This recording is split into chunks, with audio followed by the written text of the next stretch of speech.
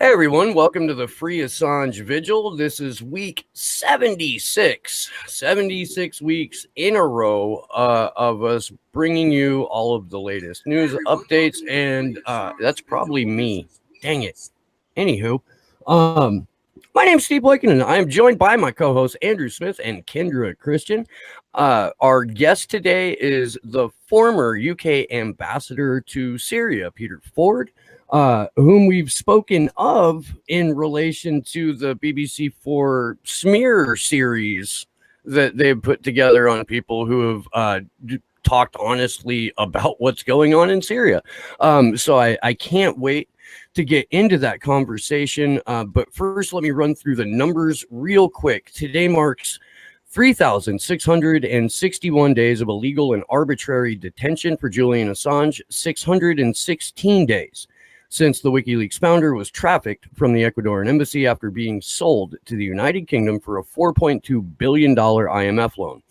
16 days remain until District Judge Vanessa Baratzer, concierge to the U.S. State Department, reads her decision. That'll happen on 4th January.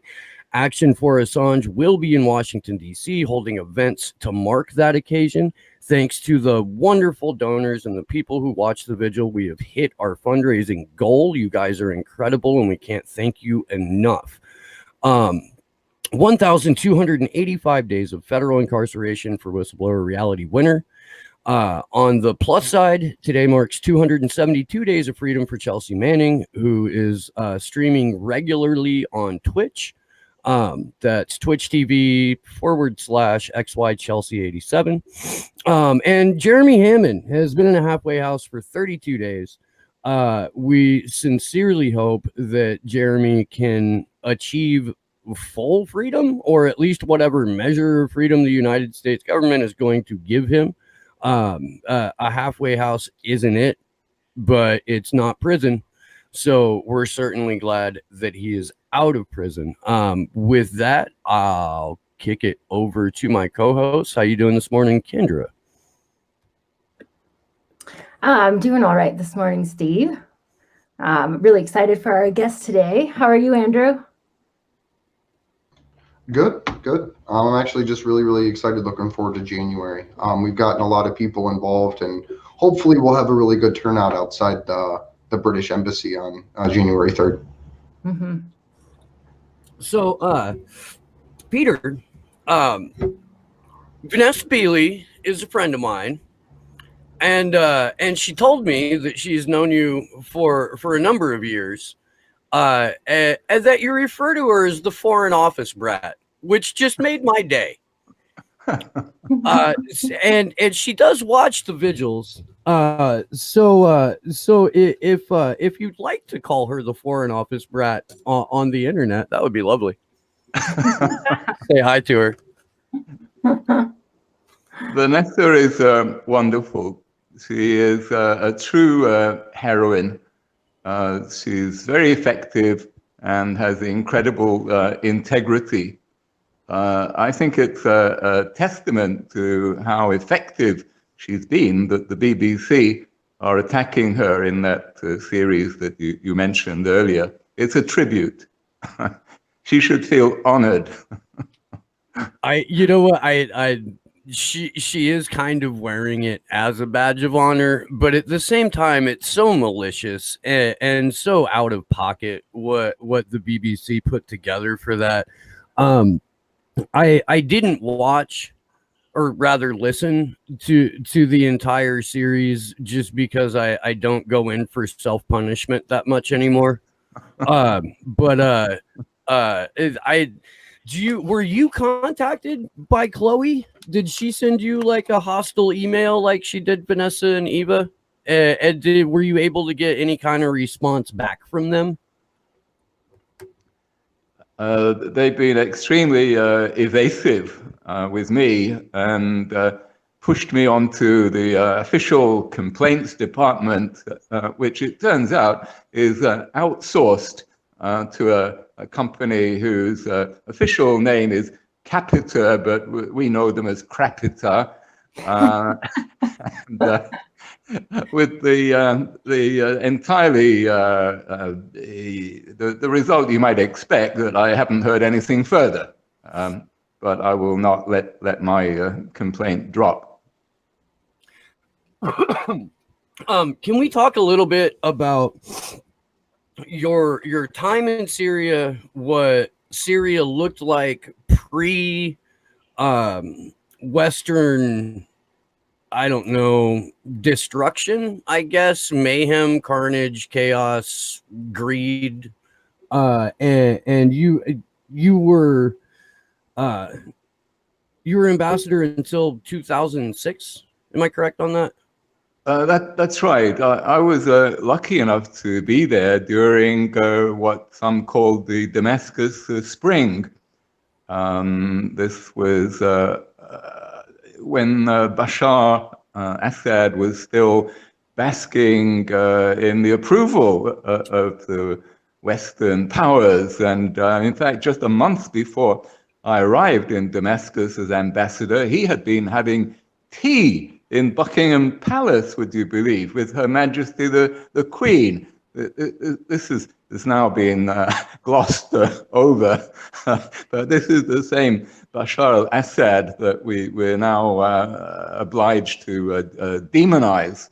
But when I was there, most of the time relations were cordial.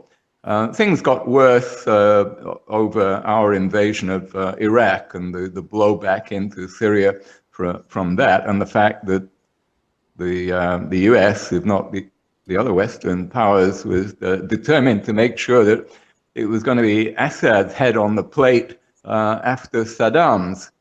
That was where it all began to go wrong.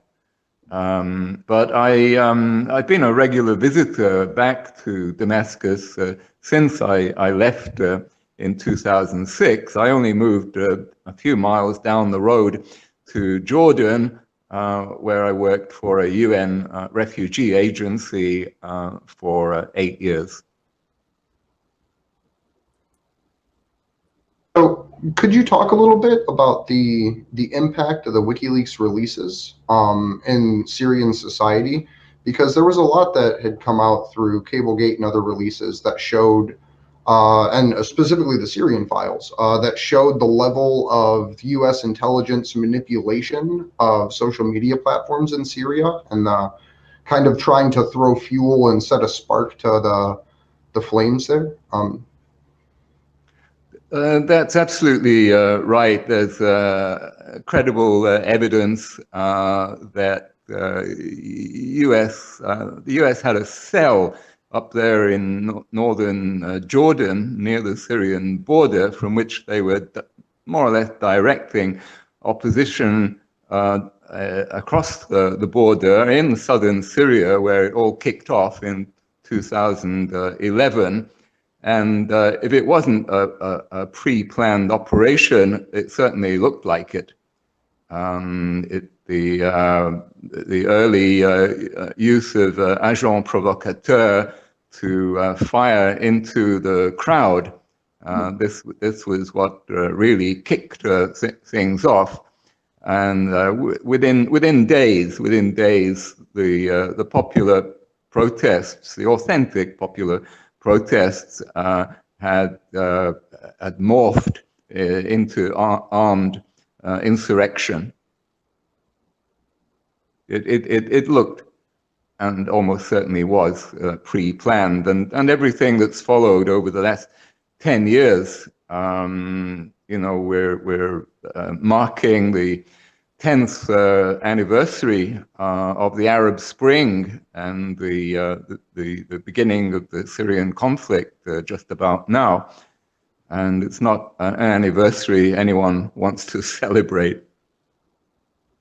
I'm wondering that, when you were, if you could describe, did you go through some sort of change from the time, when you were the ambassador to afterwards and now, and seeing the propaganda? And I was wondering if you could talk about that. Sure. Well, as I mentioned, when I was ambassador, most of the time things were relatively cordial. And the European countries, at least, were trying to bring Syria over onto like their side of the bed and wean Syria away from its previous dependence on Russia. And things were going quite swimmingly. Bashar al-Assad had been invited to London and Paris, but the Syrians, not unreasonably, asked to see, as it were, the color of our money for us to make some concessions on trade. But we wouldn't. Why? Because we consulted Washington. Washington would not allow the Europeans to warm up relations with Syria. This was an incredible missed opportunity, which will go down in the annals. And I remember a particular Syrian minister saying to me, "Why are you pushing us into the arms of the Iranians?" Because the Iranians were hovering around in the background telling the Syrians, well, the West is turning its back on you, but we're ready to help. And this minister said, "Why don't you give me some ammunition? Why are you forcing us into the hands of the Iranians, who, frankly, we don't really like? They're not Arab, for one thing. They're Persians. Most of Syrians are, the majority are Sunni, not Shia. The Shia are different anyway from Assad's subsect of Alawites, and they wear beards, and we're secular. So why are you pushing us at these Islamists? You're leaving us with no choice." But we continued to turn our back, and with obvious results. So some of Vanessa Beeley's work that was smeared through this program that the BBC put out was exposing the human trafficking, the organ harvesting, and the other crimes that could loosely or directly be attributed to the White Helmets and the U.S. coalition efforts in Syria. Could you talk a little bit about those situations that were happening over there, and the smears that have been placed on yourself as well as her and others for standing up for basic things like stopping human trafficking? Well, the White Helmets have been the how can I describe it? The centerpiece of the Western PSYOPs strategy. Their role has been to supply a sort of smoking gun that was lacking in Iraq. You remember that we had the Iraq WMD fiasco. There never was any smoking gun. The US, I think, drew the conclusion from that fiasco that next time round that we use this chemical weapons caper, we'll get somebody to pretend to be treating the victims of a WMD or chemical attack. And that was the role, and continues to be the potential role of the White Helmets, to produce staged incidents, people foaming at the mouth, literally, the whole fakery of it. Their role has been absolutely pivotal in that. And I believe that is why the British government must have prompted the BBC to produce this recent series of radio programs trying to whitewash the White Helmets' reputation after the death in disgrace of their British intelligence operative founder. They went to huge lengths to try to rewrite the history of the White Helmets, to whitewash the White Helmets. Now, what other nefarious activities the White Helmets got up to, I'm not the best person to ask. But Vanessa has documented these charges in considerable and convincing detail. I bow to her knowledge of that particular aspect of the situation.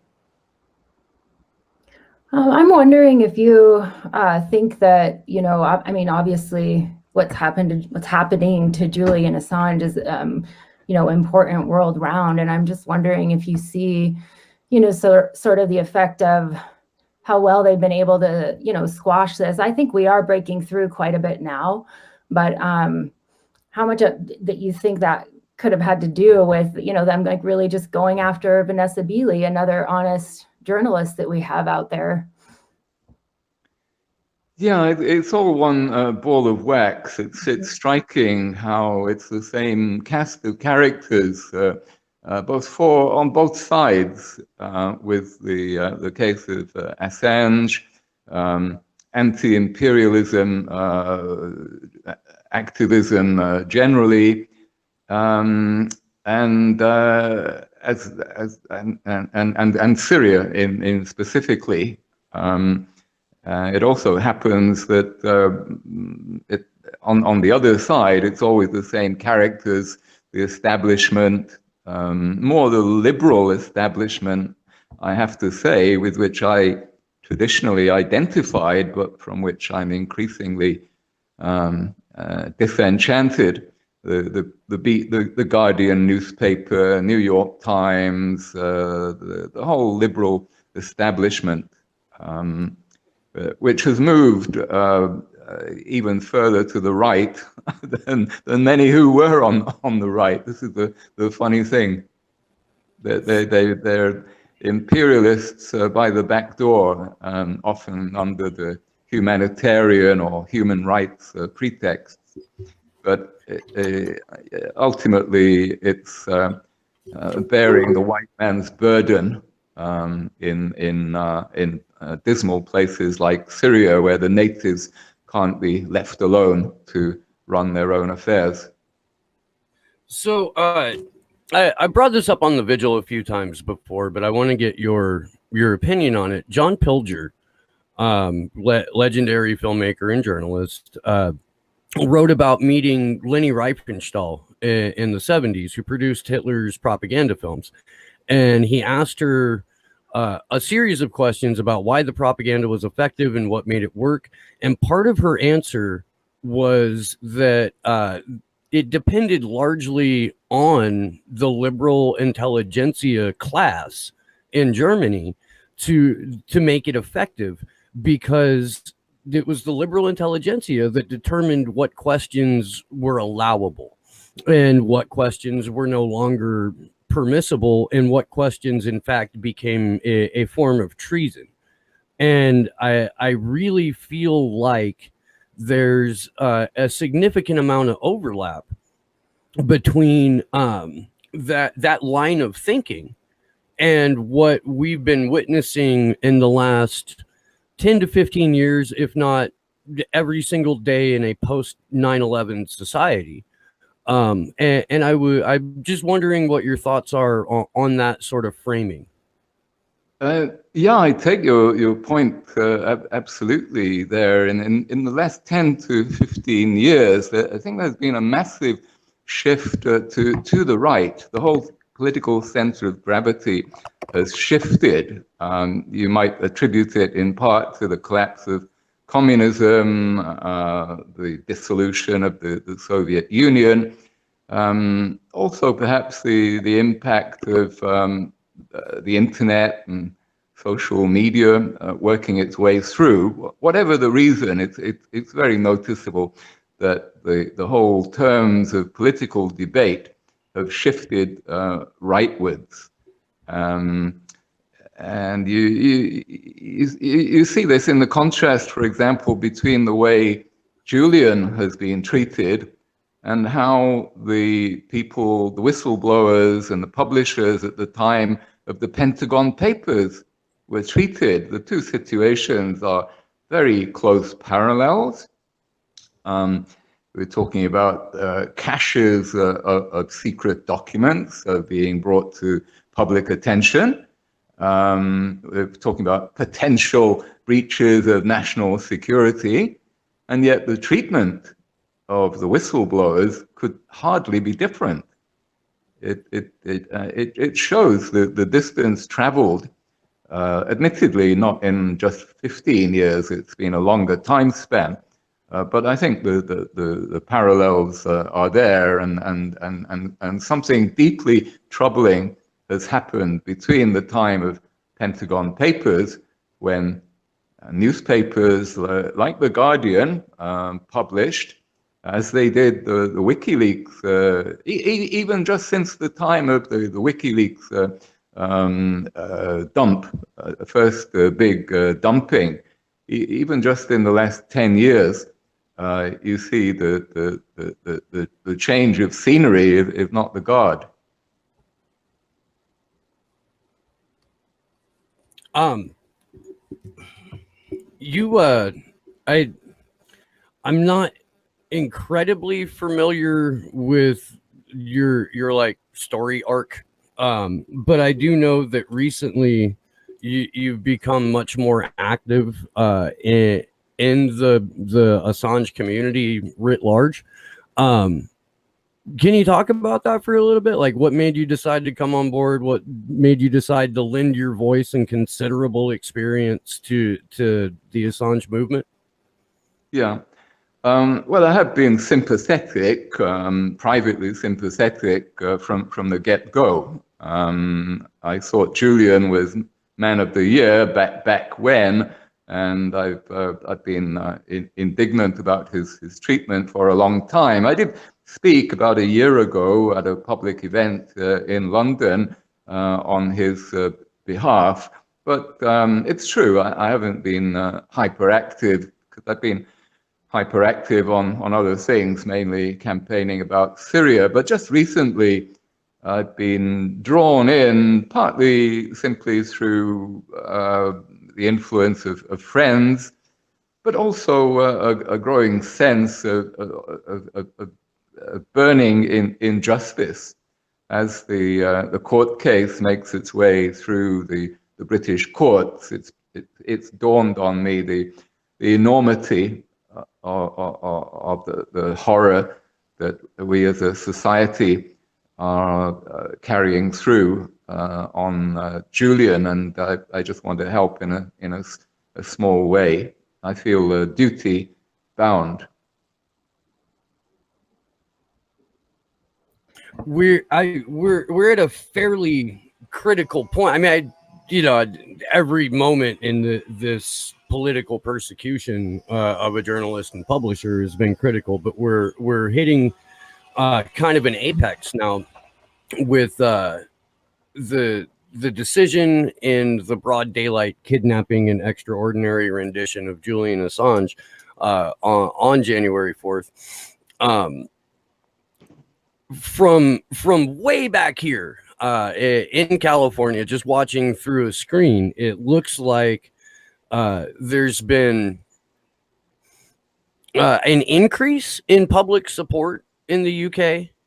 Like Kendra said, we're starting to build a little, it's noticeable now, even in like circles here in the US. Mm-hmm.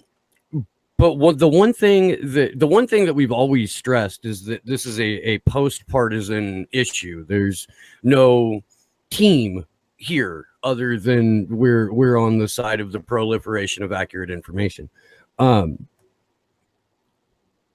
What I'm wondering though is because you've been part of the diplomatic corps, is there a way that you would suggest to bring it not sort of disparate groups together who already support this issue but may not know how to communicate with each other very well? Not off the bat, I'm afraid. Sweet. Cool, because I didn't want to feel like an idiot, and I'm really trying.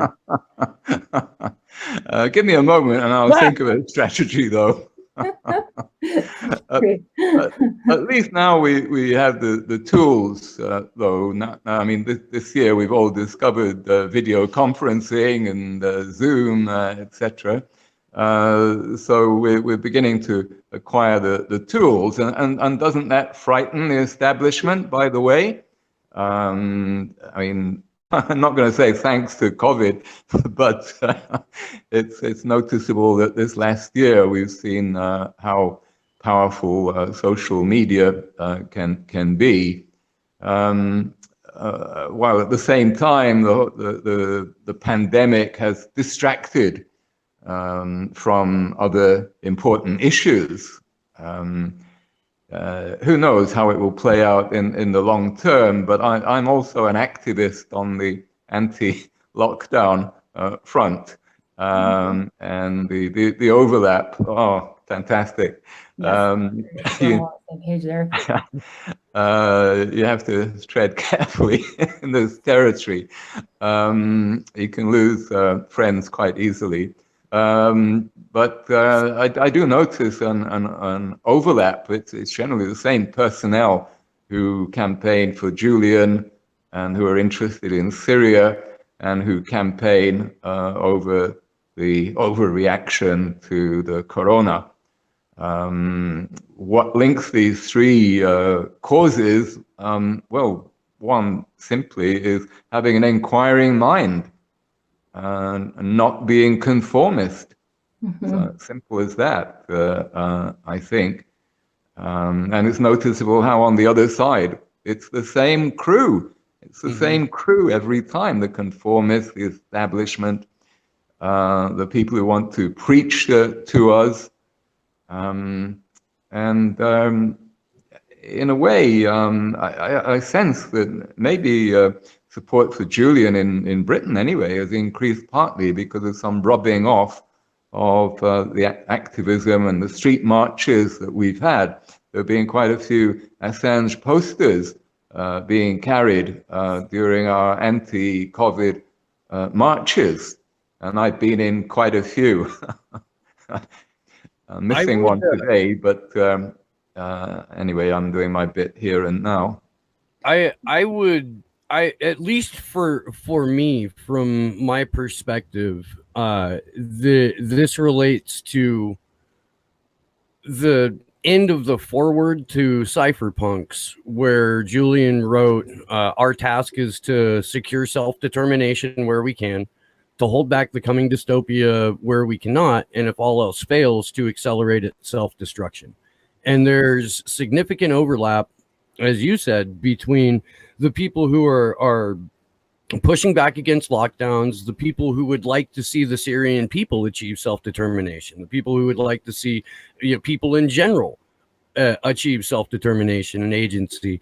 And I fear, and I kind of know, that we're past the point of pushing back against the coming dystopia, and that now we need to focus on the acceleration of its self-destruction. But I can be talked down off that ledge. Maybe. Well, we're getting in the deep here, but I must say, What we do here, sir. On the level of personal participation in activism, the appetite grows with participation. And I've had a tremendous amount of fun, and I felt incredibly inspired just by being with ordinary human beings on marches and identifying common causes. Even some people that many would consider a bit Looney Tunes, I'd regard them as the stormtroopers of the movement. Every movement needs its avant-garde, its skirmishers. I literally embrace them. And by the way, on our marches, a set feature is a hug. So I literally embrace them all. I think I know for myself, after, I became active when Assange was arrested. You know, the whole attempted smear campaign to make him look scruffy and all of that had the complete opposite effect on me. And it was like a wake up of, oh, wow, this is happening, and this whole year has been just sort of repeated with that, but I've definitely come to some of your same conclusions, because as well, also, I mean, it's a pretty clear path to find the truth when you just can go to conspiracy theories, because that's where it's all hiding. And then, you know, to start to meet a lot of different people, and also, you know, that weighs on, it's really a heavy thing, I think, with the, you know, the propaganda, the constant repetition of things. A lot of that is it's very abusive, I think, on the human mind. And I think, you know, people really do the best they can with that, and are pretty amazing that are standing up against it. And, you know, it makes, one thing that we were talking about in DC is that it, you know, it serves to try to make people who are really social, you know, asocial, because they have to stand outside, when really what they want is this community. And, you know, to your point with the lockdowns and different things like that, I think that one thing that has always been beneficial to me learning from Assange is that the censorship is just really a sign of weakness. So I try to remember that, because sometimes it feels so heavy, but that's true. And we see that happening more and more. So you know, there's times that I wonder, like, how many people, you know, that there might be quite a few more people who maybe aren't out yet, but that do see that something's up. There's a difference between, you know, wanting certain things politically, I'm seeing, and then people like now not even being able to ask a question. I wonder what you think about that happening. Yeah, I find the camaraderie amazing. It's so inspiring to be among normal people.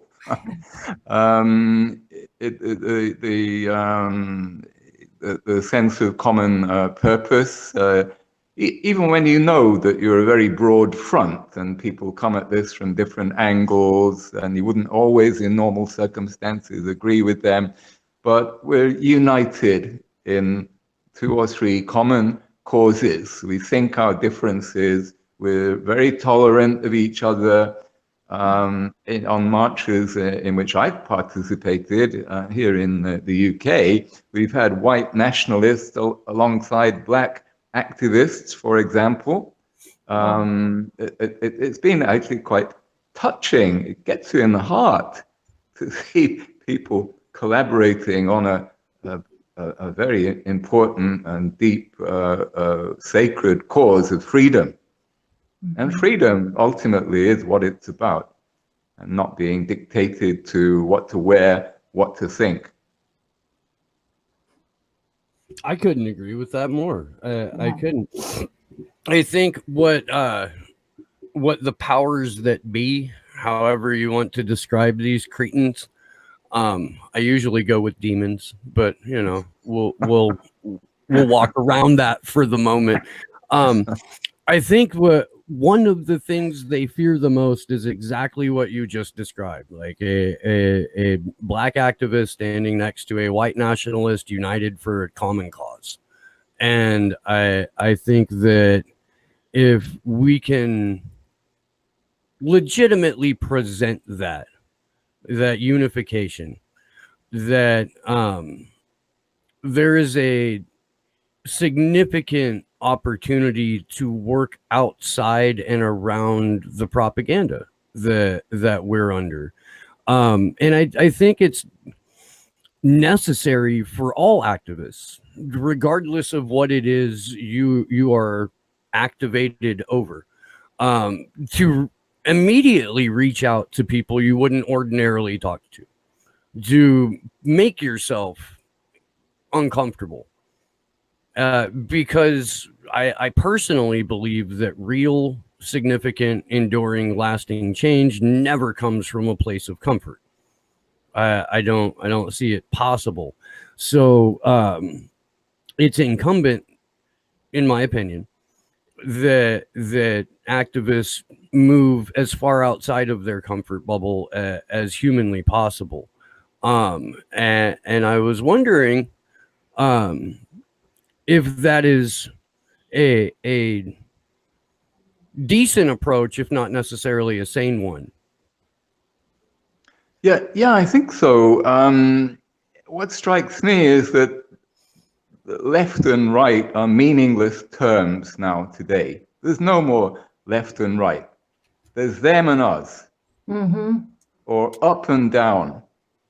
Up, the establishment urinating down on us, and we, the ordinary people. No more left and right. Here in the UK, there is virtually no difference now between any of the main parties, the Conservatives, the Labour, Liberal. There is no choice. There is no choice. We're becoming more like the United States in that. It's Tweedledum or Tweedledee. There was a brief flickering of the left when Jeremy Corbyn, you may have heard of him, the until recent leader of the Labour Party. It was like a last hurrah of the authentic left. Interestingly, he was a supporter of our cause on Syria. But his political demise signaled the end of this brief flicker. And now there's no more left and right. There's just up and down, them and us. The smear campaign that Jeremy Corbyn was handed, the way that he was pushed by members of his own party to walk away from all of the things that got him the leadership role in the first place, and then to have him cave to that establishment, walk away from Brexit, backtrack on a number of other issues, and turn around and sort of embrace I don't know, the Lib Dem or right-leaning labor positions. For that, he was rewarded with some of the most harsh anti-Semitism smears that you could possibly get. And the similar thing happened to Bernie Sanders here, where every time he caved to the establishment, they would heap new accusations or cast new aspersions against him. And at what point do people start to realize that if you're working within a framework designed by sociopaths, or at least currently occupied by sociopaths, at what point do people recognize, like, this is how you're going to be treated every single time you say something remotely sane? You say something remotely on the side of the people. I get incredibly frustrated with the fact that nearly 100% of the adult population worldwide knows that insanity is doing the same thing over and over and expecting different results. And yet, within political frameworks, we somehow think that there's an exception to that rule. It's maddening. I didn't really have a question. I just had to get that off my chest. Well, I think you do see that with the left and the right, because it's just I mean, and I don't know, for me too, just from Assange supporters on, that I follow on Twitter and things like that, mainly in the UK and Australia, I do see that left and the right, and you see that just pitted against one another. It's it's the left's fault that nothing's going right. It's the right's fault that nothing's going right. And then everybody agrees on us losing all of our rights. That seems to be, everyone's pretty lockstep in that. And I know for us, just trying to run a post-partisan group, it's been very difficult to, it's just with the propaganda, it seems to introduce these, underlying principles that just people accept as like reality that make absolutely no sense. Like how we could even be talking about, what's going on in Syria and why that would be, so much our business there and things like that. And I'm just wondering, do you think, what do you see for the future here? Do you think that do you see that increasing in the UK, like more and more people waking up, and are these protests getting bigger? And it's just always so hard to get information. So it's very hard to answer that question. Even in normal times, people aren't honest when they answer opinion polls. I mean, we know that there were a lot of shy Trump supporters, and there were a lot of shy Brexit supporters. Similarly, I suspect there are a lot of shy anti-lockdown supporters and shy pro-Julian supporters. But that's just a subjective feeling I have and based on some anecdotal evidence, people I talk to, and I give them just a little bit of encouragement, they come out in support of our positions. But I'm certainly not optimistic about this producing real change. But hey, these are unprecedented times. These are potentially revolutionary times. The whole paradigm of social behavior, I mean, it's a bit like Maoist China. Our governments are behaving in a more extreme way than even Mao ever dared, or ISIS. At least ISIS allowed the men to go with their heads uncovered. But in our society, we've gone the full Mao. Mm-hmm.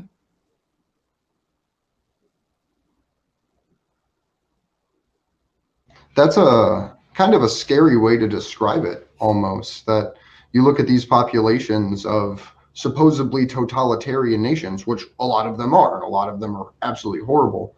But then you look at the US and you have people literally not being able to allow to participate in society if they don't curtail to the correct Santa Claus story of COVID-19 and masks and all of this. And it's something that I was amazed to see the government have the power to just shut everybody's businesses down here in the US. And it's ushered in a whole new terrible level of legislation across the world, to where you now have the UK having a spy cop law, to where almost every branch and every department within the United Kingdom's police, military, intelligence, health and human services, the environmental, the food regulators, they're allowed to commit murder, rape, and torture free of charge because of the new law that just passed in the UK. And in this age of coronavirus, where we have a former military bunker, I believe it's in or just outside of London, that's housing people 30 per room, you've literally set the ground stage with this law and these things for like mass human experimentation right in downtown London, essentially. So I was wondering if you could talk about your thoughts on this heinous UK crime bill. Yeah, we're definitely being subjected to military psyops operation. And in fact, we know the name of the unit, Brigade 77, of British military intelligence is guiding, directing many of the government's propaganda efforts. And we have an arm of government chillingly known as the biosecurity unit, which has succeeded the anti-terrorism unit as the scarer in chief. Now, that is really scary. And we can only try to increase awareness of this, as you folks are doing, but I'm afraid the sheep are not picking up the signals very well. We have to shout louder. I mean, it may come down to disseminating information in a way that people who aren't used to hearing information that doesn't confirm their biases, it may come down to that, but I don't know how to put it in a 30-minute pointless sitcom. I don't know how to put it in a meaningless romantic comedy, or we spend a lot of time trying to find solutions to these problems and these gaps in communication. So these vigils themselves sort of act as like a brainstorming session from time to time.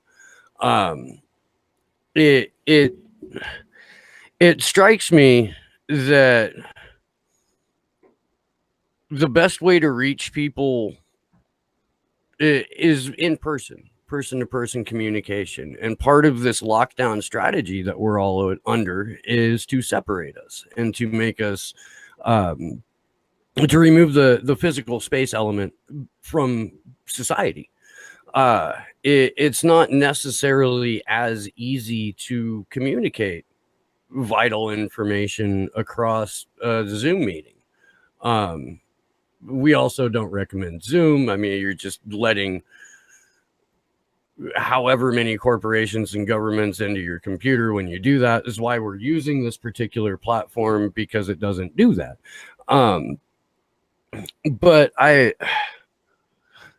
don't know, what is it? I mean, this is for everybody and for the chat too. Like, how do you communicate to people that are hardwired to ignore everything that doesn't come from their comfort bubble sources? You know, I had a thought while you were talking, and it was people normally drift off when I talk, Kendra. That's perfectly normal. No. About what you were talking about. But I was just thinking that one of the most important things that I have learned since Assange's arrest is that my opinion doesn't really matter to anybody, nor has it ever. You know, it was insane to me to see, like, just even thinking that I was somewhat awake, how much I wasn't, you know, how many other like premises I thought were there. Do you know what I mean? Just things that weren't even really realistic. So it was, I mean, I used to be, you know, so afraid on Twitter to like copy a photo and send it out. I mean, I know that sounds ridiculous, but that's just the truth. And so I don't know. I mean, that's one thought I had, is maybe if we can convince more people, like, hey, that's great, but nobody cares. You know, you got to do something. You got to go stand up, or you got to, you know what I mean? Like, be active. I don't know if maybe we could have a campaign around how nobody's, you know. Well, the way I think we can do it is you got to put people on the hook, right? And this sounds kind of weird, so just follow along with me for a second. The U.S. prosecution argued in court that disseminating any type of classified material, whether it's already been released for public consumption or not, is against the law. That is why Julian is being prosecuted, is because he shared classified information. So I think a way that we do it is we get people to share classified information. We put it on the internet, and if they retweet it, bam, they're in violation of the Espionage Act. And you just put a warning that says, by retweeting this information, you will be in violation of the Espionage Act of 1917, U.S. Code, blah, blah, blah. WikiLeaks exposed that Khalid al-Masri was tortured, raped, kidnapped, and shipped to the salt pits in Afghanistan. Yeah. You put the link and a picture of it. Everyone who likes and retweets it understands in a consensual way, like, hey, I'm violating the Espionage Act. I am sharing this classified information. And I think that's how you get people, because no one ever thinks that a tweet will get them put into jail until they realize that this tweet is exposing rape and torture. Well, but also, really, they're the ones who are violating the Espionage Act because they're using it to abridge our free press. You know? Absolutely. But anyway, yes, I see your point. One thing, Mr. Ford, that we did when we were in, to Andrew's point, when we were in DC in February in front of the DOJ, is Andrew read Eugene Debs's statement. Didn't you read that? Wasn't that in front of the DOJ, Andrew? Yeah, I read Eugene Debs's statement. He was one of the first people prosecuted under the Espionage Act for opposing World War I. So I got to violate the Espionage Act in front of the Department of Justice, and apparently they don't care unless you have an international platform, which is something else that they said in or if the you're speaking in front of a recruitment office or in front of a bunch of or a conscription sign up like Debs was, because it was the fact that he was directly telling people not to join the military, that they didn't have to join the military or to leave the military. That was the excuse that the U.S. government used to prosecute him under both the Espionage Act and the Sedition Act. And the only reason that he got out was because the heaviest number of years that he was given was under the Sedition Act. So when it was repealed, that's effectively what got him out of prison, not necessarily that they had changed their mind about the use of the Espionage Act. It's a just pretty convoluted ball of string with that whole case. And again, I mean, we're using 100-year-old law that was only created for the sole purpose that it would be weaponized politically to curb certain types of speech. And the fact that this thing still exists, the fact that Julian Assange can be hit with 17 separate charges under this 100-plus-year-old law that only exists to politically persecute individuals, like there's got to be a come to Jesus moment where people go, that could be me. I have shared an article that shared classified information. I have received an email about an article that shared classified information. That could be enough, according to the U.S. government in open court during the second week of Julian's hearing. It's insane to me that manners trump rights in the post 9/11 world, that civility or tone has more of bears more weight on a conversation than actual information. It's like more than it's up versus down or them versus up. Like, we're fully in the upside down at this point, where when you've got, a publisher being held in a maximum security prison on remand, no less, in a prison that is filled with people who have this virus, where they're deliberately putting inmates who tested positive for COVID in Julian's wing, knowing he has a chronic lung condition, knowing that he's in poor health, hearing about the testimony that came out in the third week about his mental state.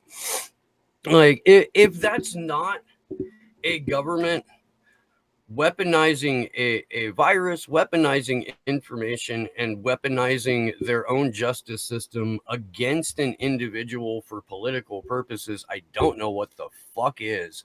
And we've got to be able to communicate that in a concise way.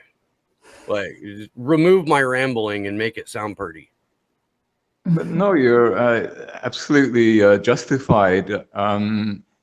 As a former consumer of intelligence spying product myself, I can see the hypocrisy of what they're doing a little better than many. It's an occupational hazard for spies and their agents that they're going to have their identities revealed one day. They should look after their secrets better, that's all. And many of these people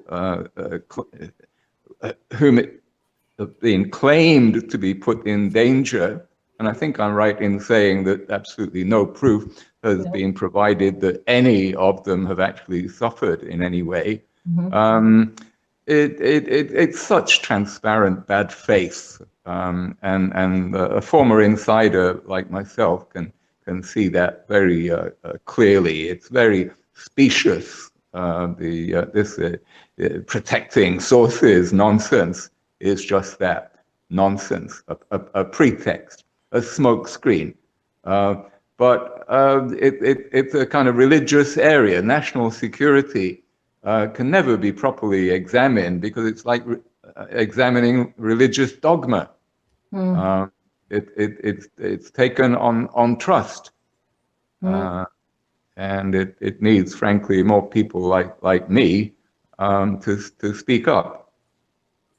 That was actually one of the things I was, just starting to realize when you look at the representatives sometimes and the things that they say, and it just makes me wonder that, they're probably more secluded from the truth, possibly even than the American public.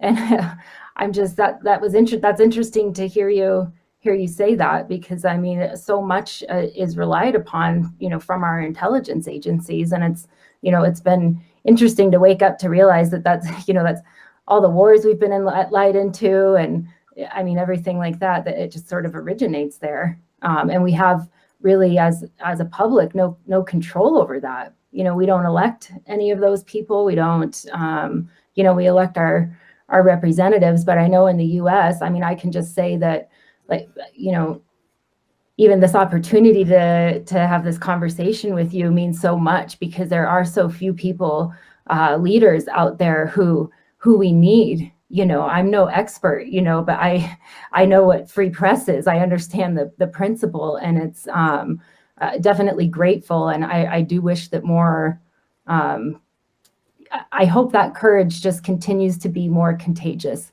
with people. Yeah. What's fascinating to me, real quick, to build on Kendra's point, is that as reliant as the public has become on intelligence sources, the actual evidence provided by intelligence sources at the same time has decreased, diminished, and disappeared. So it really is it's become a supernatural belief system. It's become a faith-based belief system that unnamed sources providing no tangible evidence are correct, rather than being able to view the material even after it's been, partially redacted to protect some things.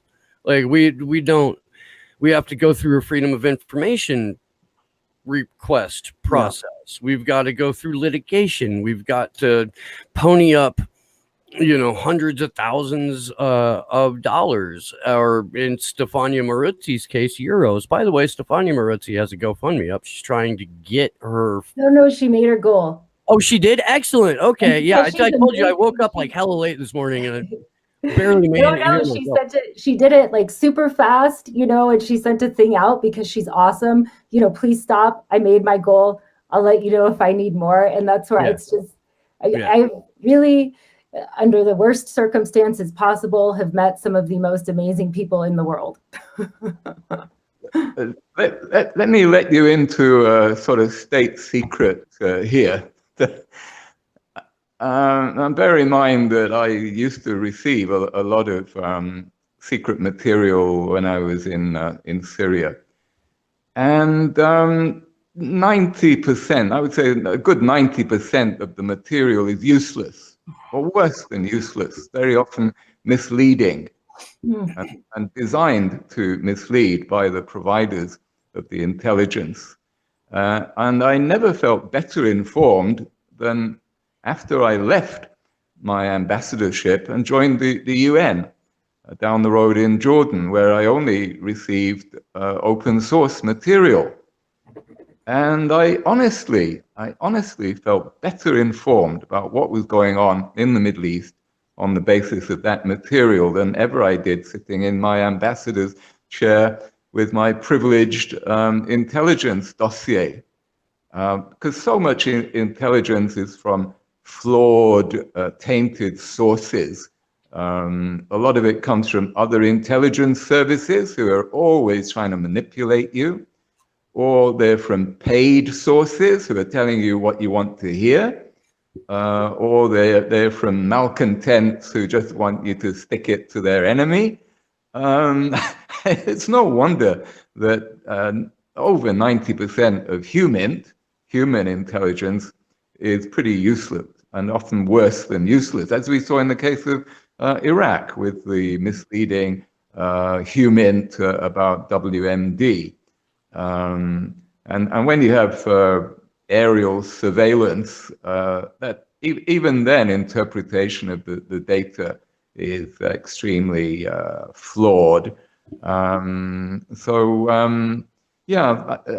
whole security thing, it's like a religious cult. It really is. It's just dogma.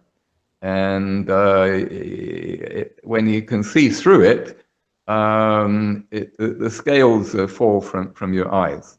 It should not be held up and worshipped the way it is. It should be called out for what it is, mostly baloney.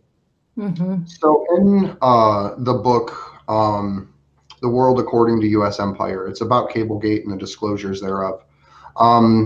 Julian's foreword in that book actually talks about the religiosity, the religiousness, whatever the right word is, of the U.S. State Department and how it operates, and how when WikiLeaks information comes out, there's a joint campaign telling the public, you can't read this, and then a separate joint campaign inside of the State Department telling the people that they say are allowed to read this information not to. Because essentially the hierarchical tiers of priesthood that they call the classification system and the people that are then allowed to access is extremely compartmentalized. During your time as ambassador, was there any point where you were instructed against reading WikiLeaks, or even at your time in the UN?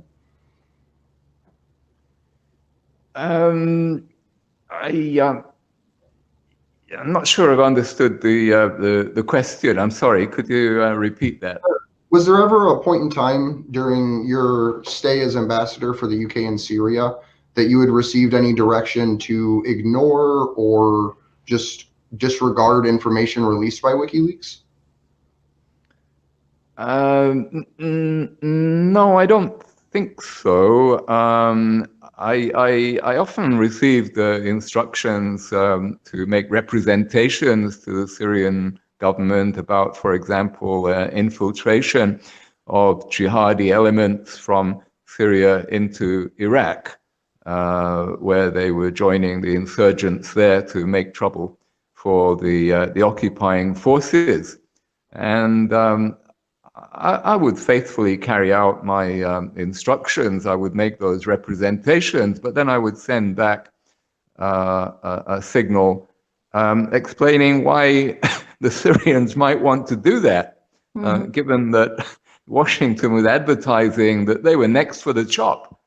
Assad with his head was on the block next once they finished with Saddam and Iraq. So it's a rational decision to try to delay that by allowing troublemakers to go across the border to slow down the US advance towards the Syrian border. But I wasn't thanked for my signals, but that's another story. I know here that when we, even after the 2016 DNC leaks, which I don't understand how anybody wouldn't be. I mean, it's this weird response to the truth that I see happening. If somebody is, when somebody is cheating me, it pisses me off. I want to know. And when I discover that, I want to do something about it. So it's weird, this like doubling down over that. But, we had here CNN, tell America that it's illegal to read WikiLeaks or something like that. Wasn't it Jim McCarthy? I can't remember exactly what it was, but Chris Cuomo okay. said it is illegal for you to read WikiLeaks as a private American citizen. And then he said, trust CNN. Like, these are his words. Trust CNN to tell you what's in it. And people went, yeah, okay. But that's, what though? That's exactly what we were talking about with this like religious worship of the State Department. No, these are, I'm safe, or I'm being kept safe. But I don't know, for me, I have the exact opposite of feeling safe when I hear about things like the Space Force. So, I still think it's hilarious that they're calling the Space Force the Guardians. Like they're the Guardians of the Galaxy. I seriously wonder if Marvel is a part of the Defense Department now. I really do. Like, I mean, it's just there's a correlation between Hollywood and predictive programming in the U.S. military. Mhm. You know, That's something that was actually exposed in the Sony leaks, like the deep level of infiltration into Hollywood by the intelligence communities. yeah, and to Peter's earlier point about human intelligence being used as a personal weapon against one's enemies, the Guantanamo leaks, the Guantanamo files, it exposed that too, like just right there in black and white. Peter, did you ever wind up in a Cablegate document? Where no, was I your don't name think attached to any of that? Cablegate. I don't think so. I didn't have that honor. Okay, because that would be fun if there were, because there's what 250,000 diplomatic documents in that thing, and it would be I'm never at any point in my life am I going to have the time to sift through every single one of those, but it would be fun to occasionally come across like a sane line or two in a diplomatic cable that wasn't just, hey, here's how we're screwing over this guy or this country, or here's who's on our good list and here's who's on our shit list. And you know, I think that it would eventually, like, maybe when I actually get my patch of dirt in an undisclosed location and I can fish off of my deck, you know, maybe I'll have time to pour through 250,000 documents. But yeah, I'd love to come across like the sane ones, you know. That would be like a little treat. Peter, I don't know how much time you have. I do say, God, this has been wonderful. As long as my battery lasts, I just got it on the charger now. It should be okay. But if I disappear, it's only because I've run out of juice. Could we talk a little bit? Do we want to pull in some of the articles that we have? Because we wanted to talk briefly about the Guardian, as well as the UK lawmakers' request to meet with Julian. Can we pull those up? Oh yeah, I mean, I talked to Deepa Driver the other day when this letter came out of MPs requesting an audience with Julian Assange about the potentiality of getting some of the UK groups to petition directly those members of Parliament to come stand with you guys when you're outside of Belmarsh and you're outside of Piccadilly. Is that something that you can pass along to like Allison and the rest of the gang there? Yes, surely. I think it's a great initiative. We may even get some to agree. The cause has not yet been so totally demonized that some brave MPs can't be found. I think we should also invite some of the candidates for London Mayor. In fact, in that connection, there's a little glimmer of hope generally, because the upcoming May elections for mayors in the big cities of Britain offers a first chance in this COVIDian atmosphere to see something maybe a little bit different. There is at least one candidate for Mayor of London who comes from a Brexit background, a lieutenant of Nigel Farage. And you know, the whole Brexit thing shows that the paradigm can be broken. The establishment were entirely against Brexit, and yet by some miracle, some alchemy, Farage and a bunch of others managed to pull it off. Whatever you think about Brexit, for or against, I voted for, and then I got buyer's remorse. So I'm on both sides of that argument. But as a political achievement, it was remarkable and shows what can be done against all odds. And you might say that the victory of Trump and his near victory the second time is another illustration of that. The establishment them can be resisted. I know, I would love to get your comments, because I know that's one thing that, I mean, we try everything. So we've really been pressuring Trump to pardon Assange. And I'm just wondering kind of what your thoughts are around that, and just even the what's, recently happened with the elections in the US, and what, from your perspective, what that looks like. Yeah, well, again, we're walking a bit on eggs here. I was very disappointed, I must say, that Trump lost. I'm not a big Trump fan. He's been very bad for Syria, although to be fair, he did try to pull the troops out of Syria repeatedly, but was thwarted by the establishment. But I was personally disappointed. I expect the incoming administration to be even worse, even more interventionist. I'm really not optimistic at all. But maybe Trump will be off stage, like the hidden imam. He'll go into occlusion, and he'll have his many followers waiting for him to reappear. But we're in a very fluid moment. I mean, on the world political stage, things could go in any of several directions. Very hard to predict.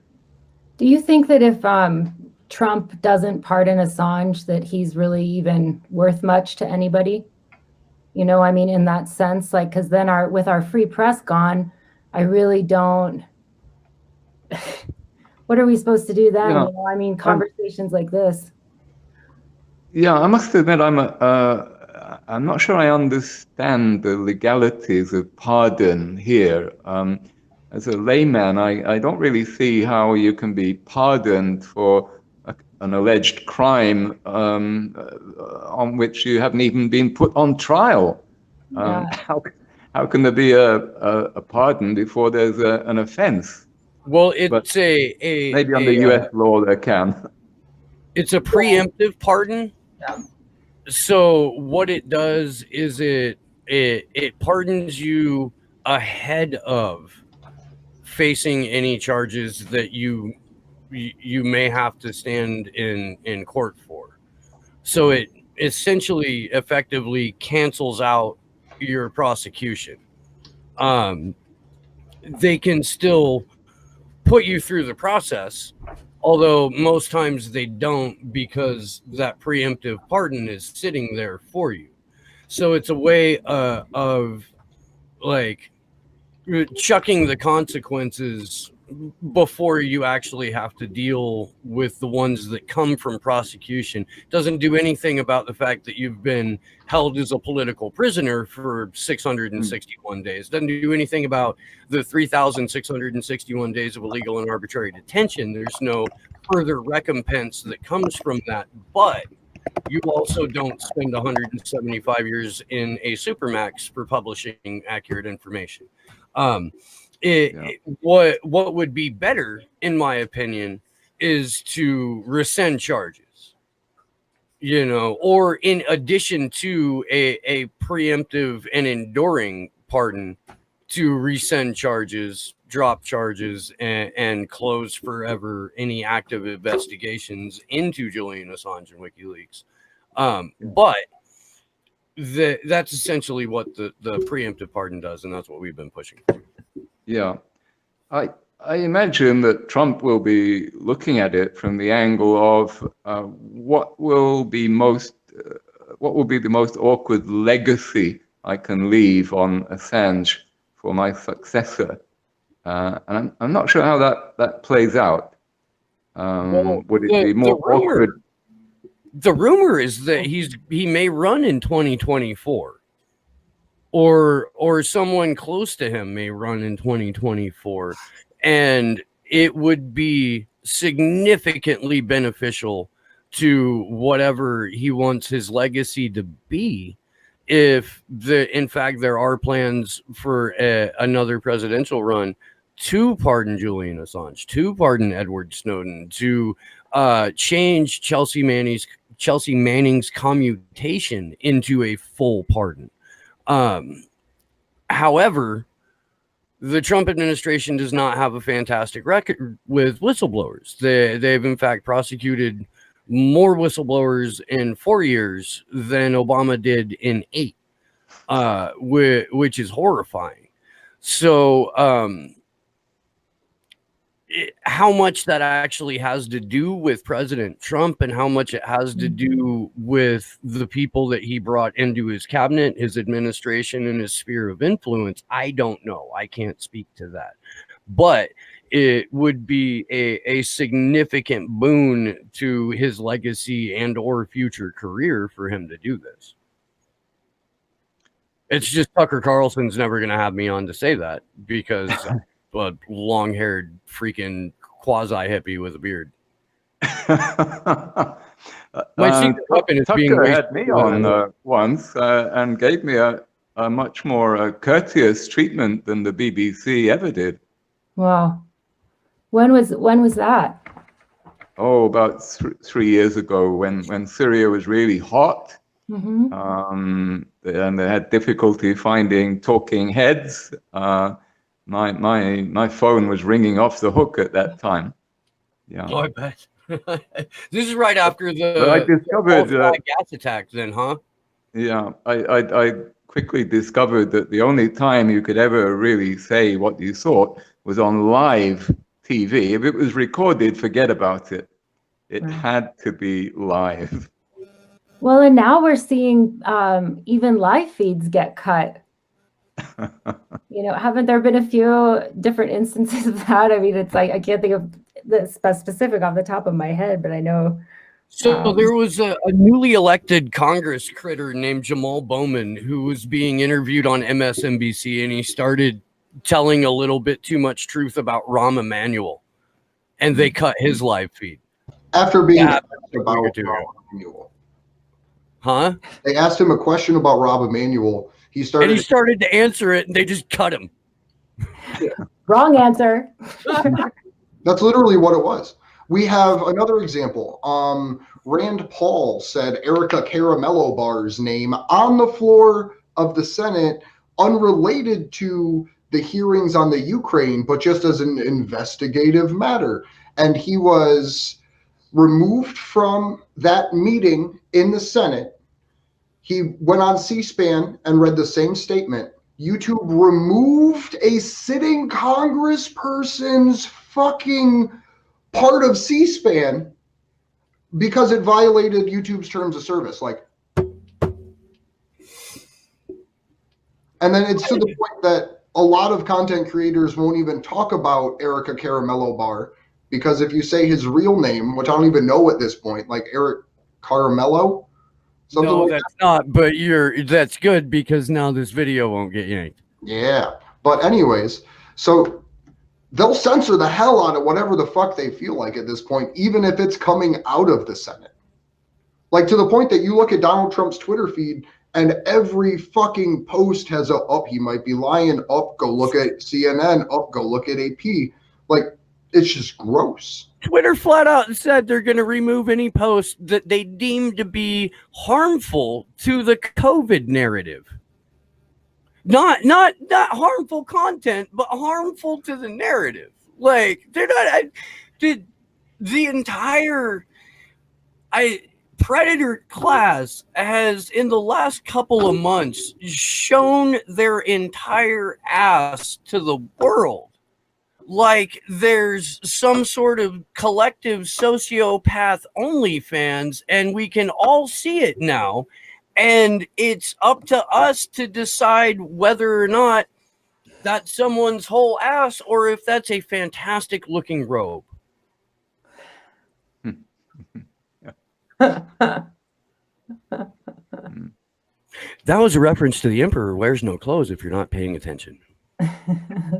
And not the Jack Carrere book about hemp, which is also excellent. So I asked Bill Binney this when he was on Tuesday, and I would ask you too.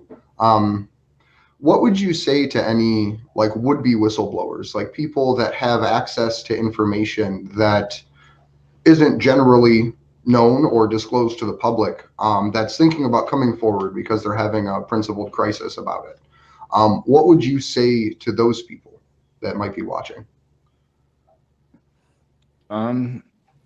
Get a good lawyer.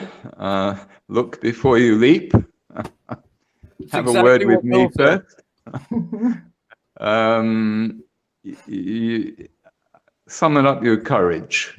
But I think it's just as important for people, not possessors of intelligence or information as such, but simply people who have an opinion, insiders who have an opinion. Like myself, I haven't, strictly speaking, I'm not a whistleblower, I'm a renegade.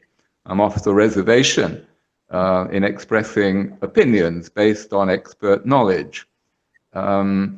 We need more people to come forward. There's another former colleague, Craig Murray, of mine. He's another great guy, had some success. We need more people in positions like that, former senior officials, to come forward and just challenge the narrative, if I may use the establishment word, to challenge the narrative. It's just as important as coming forward with privy information. And they're trying to prosecute Craig Murray for this ridiculous notion of breadcrumbing, yet in their I guess deposition or whatever it is that they legal argy-bargy for, here are our charges, they cite his reporting not just in the Solomon affair but with Julian Assange as reasons for why he's dangerous, why he should be prosecuted. And so since Julian's been arrested illegally, since he was illegally dragged out of the Ecuadorian embassy, the attacks on journalists have increased horrifically. Freedom of the Press Foundation came out with a report last week that per Reporters Without Borders International Press Freedom Tracker, the number of arrests and incidents of violence around journalists in the United States increased by 1,200% from 2019 to 2020. Now we have the case against Craig Murray. We've got the BBC smearing Eva Bartlett and Vanessa Beeley to the point to where there was a thinly veiled legal threat in an email to Vanessa from the segment producer of that series. They drag your name into it. Anyone who's spoken remotely out about the realities in Syria instead of the fantasy and fiction that people need to believe in order to continue a war. But it's not happening to cable news reporters yet, so it's not real yet. It's not happening to the BBC standbys yet, so it's not real yet. And I wonder, like, how do you make something that is already happened and is already happening? How do you make that real to people who don't see it? I don't know. I really does something I try to answer daily and wrestle with daily. Yeah, and when you look at internet censorship as well, Facebook, Twitter have gone into overdrive over the COVID narrative. It's really scary. I mean, these are situations that we we violently opposed when it was the Soviet Union or China behaving this way. But, you know, it's like China's won. China imposed its model of how to respond to COVID, and we bought the whole system. Just the techniques of lockdown, but the ideology as well. It's the full Mao. We've gone the full Mao of state control down to the most intimate, secret, intimate family behaviors. The full Mao. Well, and it's being romanticized as if that's what's, that's what's necessary for us to keep our edge in the world, and our freedoms is to get rid of all of our freedoms and become, just these commoditized creatures that have, I mean, what's the point? Keeping us around, I guess, like maybe for egos. I don't know. It's a very strange situation here. We have this like Mussolini style economic fascism coupled with the Maoist or Stalinist style state authoritarianism, and it's this, I don't know, supremely evil mixture of the worst of both. And yeah, as we move further towards automation, as we move further towards this like transhumanist agenda, as people like Peter Thiel and companies like Palantir take more control over health and human services worldwide, I sincerely hope that I believe that people already know that something's wrong. They might not know how to put their finger on it exactly. The victims of what has been wrong are people who have been demonized, like Julian Assange. They're people who can be easily smeared, not credibly, but easily, like Craig Murray has been. But I think that the next several months, people are going to be able to put their finger on what's wrong, or at least on a good part of it, because with Kamala Harris administration, and let's be honest, that's what it would be, is promising accelerationism in terms of more lockdown, less civil liberties, less ability to travel freely, restrictions on what information you're allowed to see or share, openly telling you we're going to put restrictions on what you're allowed to see and share on media. For your own good. Yeah, for your own good. Because we care. Yeah, because we know what's best for you. It's my body, my choice if it comes to abortion, but that's it. It. My body, my choice, that only applies in that one instance. It's so weird to me. Yeah, and they try to culpabilize by saying, oh, your behavior is selfish, you're going to kill Granny. Any low blow is useful. And the mind control is happening in plain sight. In this country, the UK, we have something called the Behavioral Insights Unit. And these are the propaganda meisters, the people who come up with the slogans and all the manipulation. And it's in plain sight, and nobody considers it a scandal.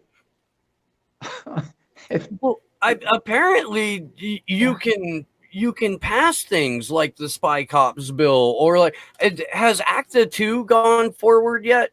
Or are they still debating that?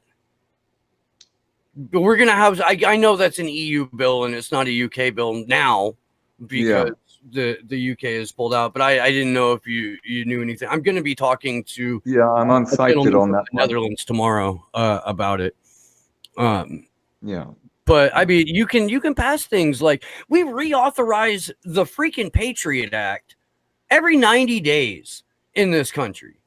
And every 90 days, a handful of people go, hey, by the way, you know that thing sucks, right? Yeah.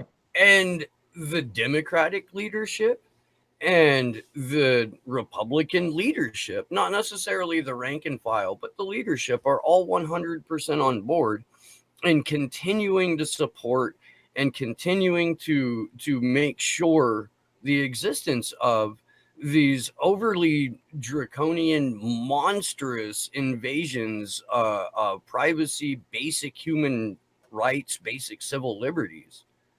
It's mind blowing. It's mind blowing to me that you can hold up something like, oh, you're going to get granny sick as a reason for all of this.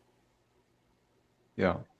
You bring up the parallels with terrorism, which are very pertinent. The way terrorism was exploited to take away our freedoms, and as an analyst of terrorism myself, what's striking is how little real damage the West has ever sustained at the hands of terrorists.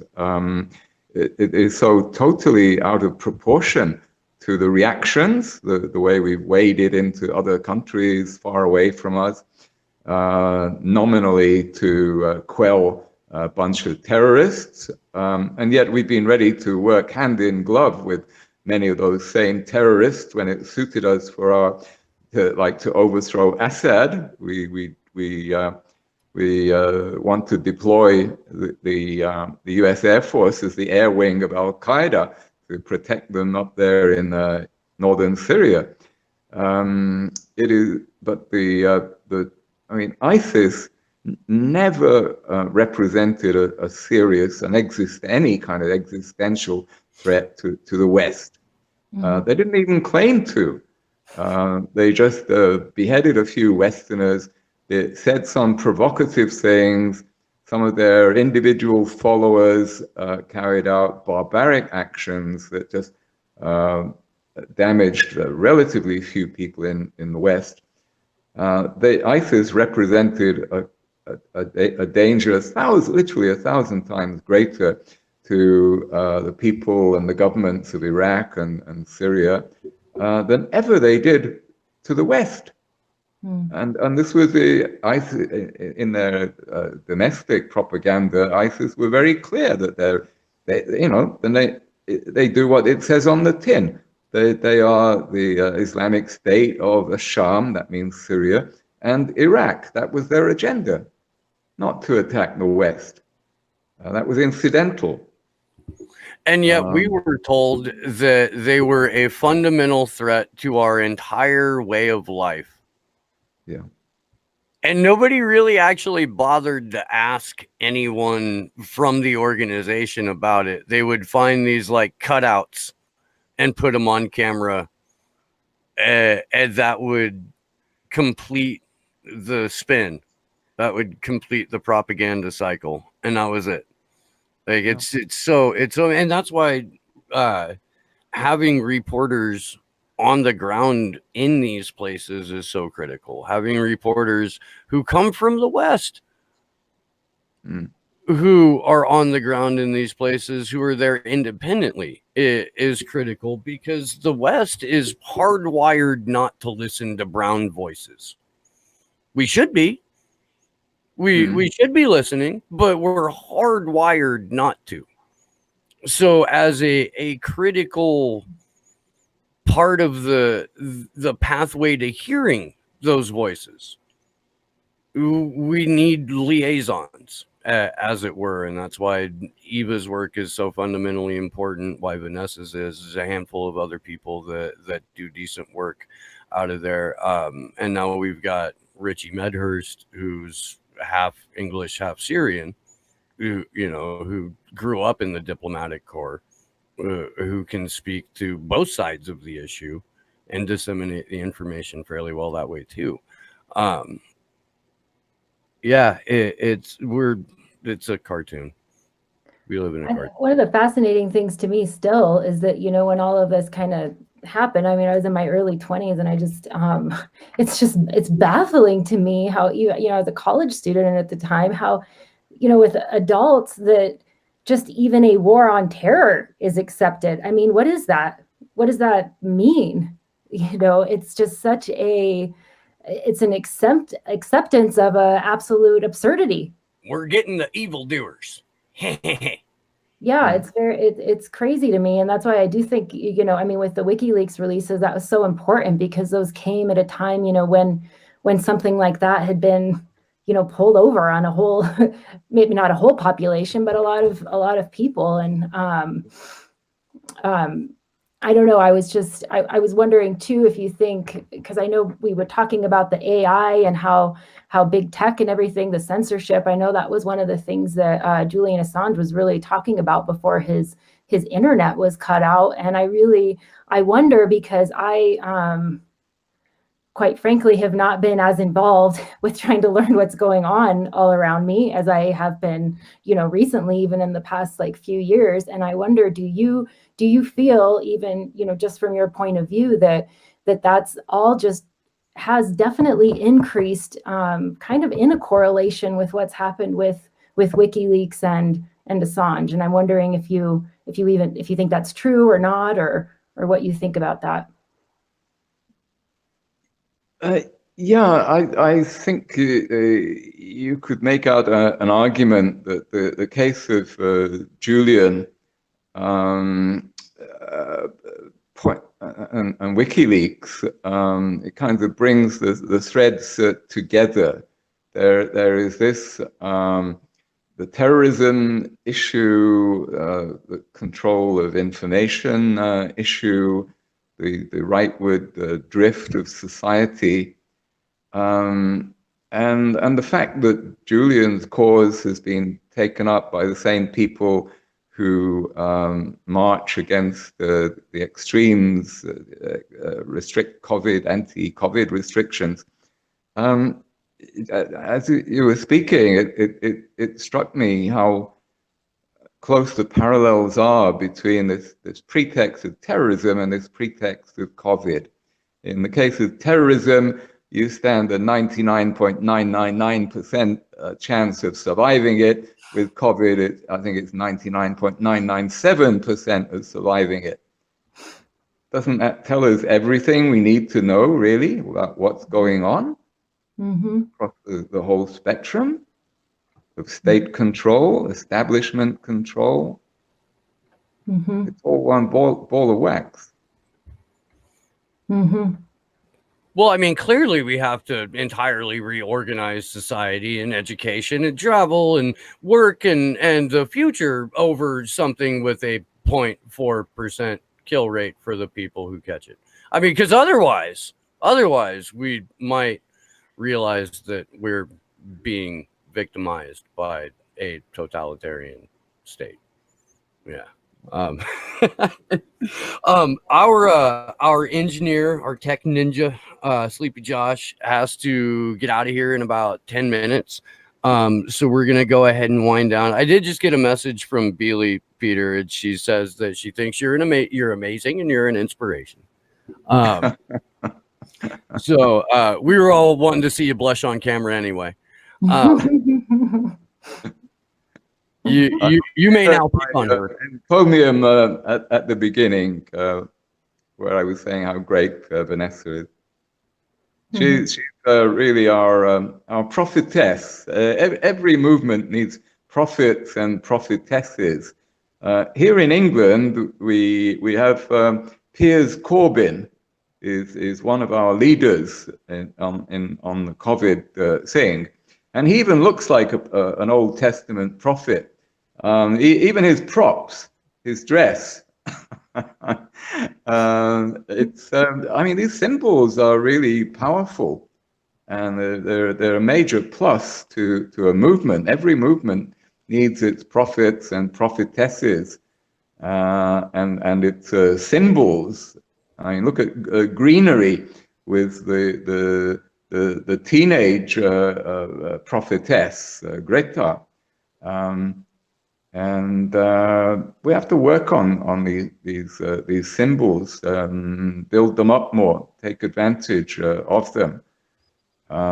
So, I mean, this is not the moment to launch into my theory of the importance of mythology in understanding contemporary society, but just to give you a little taster, one take on Trump is that he's the mythological Joker figure.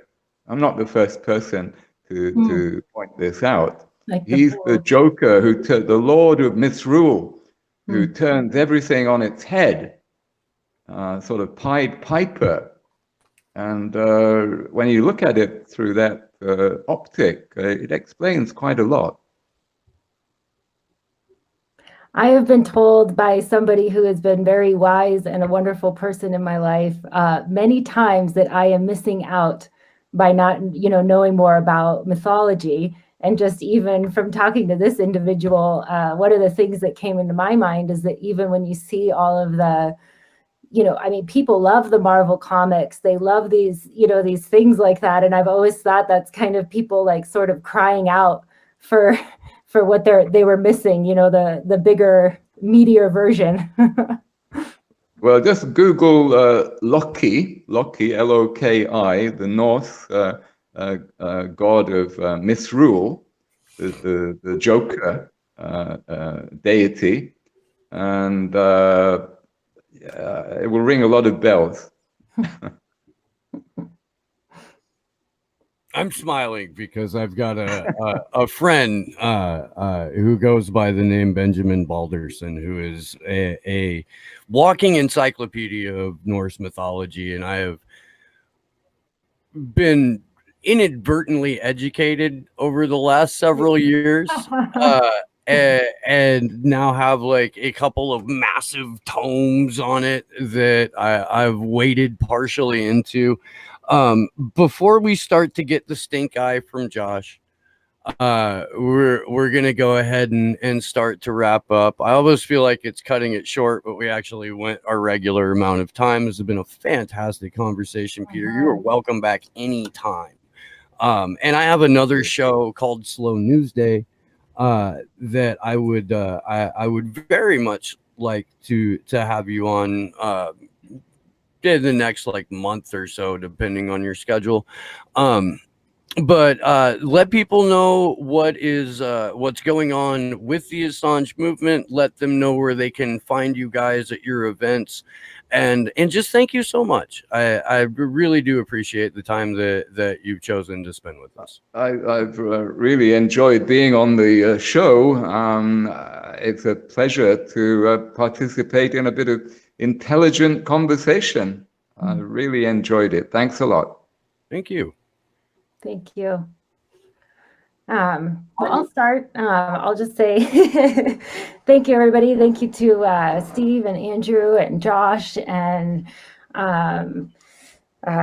former Ambassador Peter Ford. What a complete honor. And thank you so much, for what we were talking about, for your bravery as a leader, speaking out and standing up. And I just can't tell you how much that means to me, because, when I am able to get somebody to read, I have something to show them that really that carries a lot more weight than what I might have to say. So I appreciate that. One thing to note, in Denver, we are going to be having events around the reading of the ruling. So we'll have an event in Boulder that Saturday, January 2nd, and then we will have one in Denver on January 3rd. And if you would like to follow us, that's at DNV Free JA. Thank you. My name is Andrew Smith. You can find me on Twitter at Andrew Zigmund, Zigmund. You can find us on Twitter at action_4Assange. You can also find our website, action4assange.com. We have tons of different call to actions, including the continuation of the one where we're requesting, or where we're contacting the U.S. Pardon Department, proliferating the Massey-Tulsi legislation about Snowden, the Espionage Act, and Assange to your local representatives, as well as tons and tons and tons of others, including the contact information for every single person inside of the Australian Parliament in support of Julian, as well as David McBride. So I just would like to thank Ambassador Ford for joining us. I would like to thank everybody for watching, and Sleepy Josh for hopping on to run the behind the scenes ones and twos for us. My name's Steve Poikinen. I host a show called Slow News Day. You should be watching it on Rockfin, because that's where all of my content is going to be when YouTube arbitrarily removes my channel for accidentally telling too much truth.